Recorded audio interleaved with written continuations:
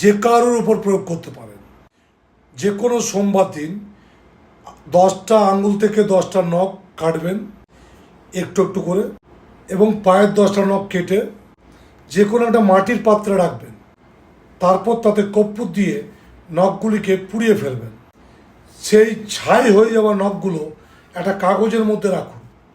এইবার আপনি যখন প্রয়োগ করবেন, যে কোনো খাবারের সাথে আপনার মনোবাঞ্ছিত পুরুষ, মহিলা, শাশুড়ি, ননদ, বৌমা, ছেলে, মা, যাকে আপনি আয়ত্তাধীন করতে চাইছেন, তাকে খাবারের সাথে একটু একটু করে মিশিয়ে খাওয়ান। লাগাতার 7 দিন অন্তত খাওয়াবেন। দুধ, জল, চায়ের সাথে দেবেন না। এই ক্রিয়াটি করতে পারলে খুবই ভালো কাজ পাবেন। আপনার সে আয়ত্তাধীন হবে।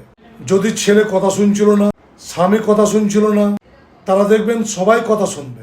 আমার সঙ্গে কনসাল্ট করতে অবশ্যই আমার চেম্বারে